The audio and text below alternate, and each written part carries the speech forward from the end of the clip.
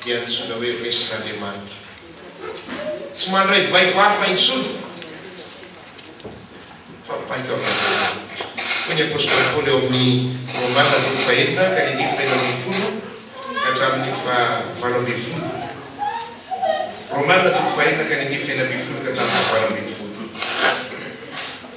Ahoana fipetraka izany atao hoe resin'Andriamanitra izany?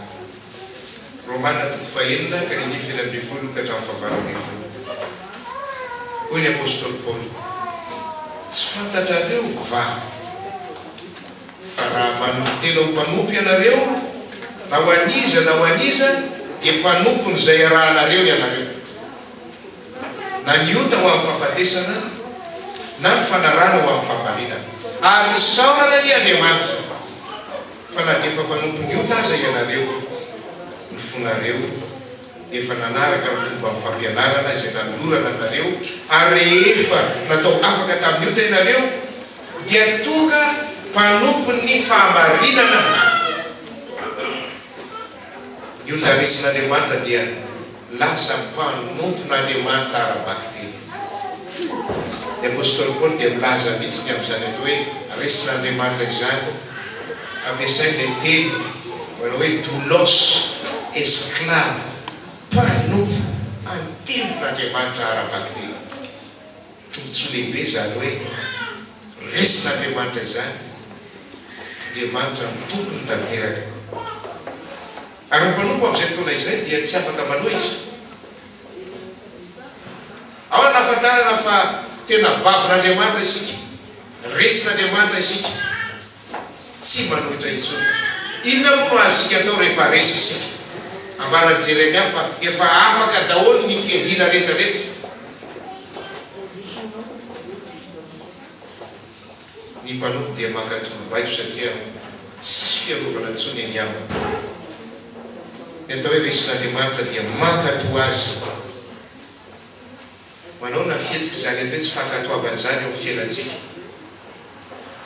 Ambaran'ny soratra masina fa ny fahotana izy dia ny fandikana ny lalàna, ny fandikana dia ny fialana amin'ny baikon'Andriamanitra.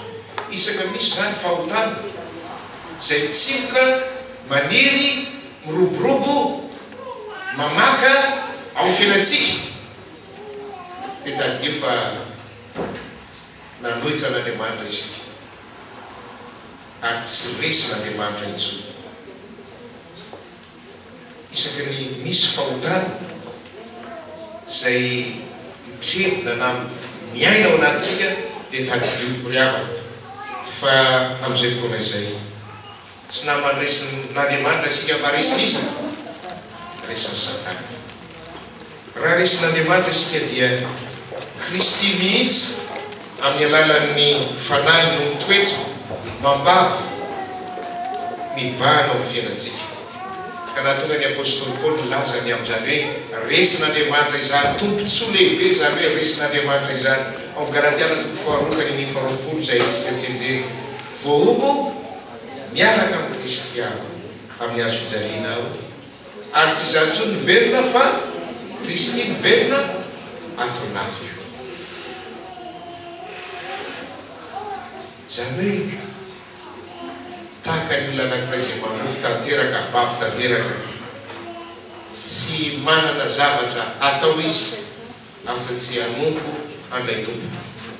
Toy izany fifandraisantsika amin'Andriamanitra. Raha izany fifandraisantsika amin'Andriamanitra dia tena tompo ny tompo tokoa ilay Andriamanitsika, Jesosy tompo. Amin'ity marain'ity dia mino aho fa misy amintsika reto isafidy ny ho resin'Andriamanitra isan'andro isan'andro, ho resi ny fanan'Andriamanitra. Jery ny endrika faharoa isika ny amin'izany atao hoe resin'Andriamanitra izany.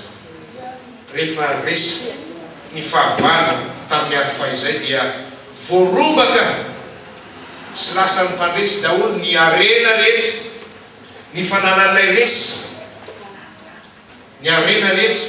Ary misy aza fahavalo amporodaniny mpandresy tanteraka. Tsy misy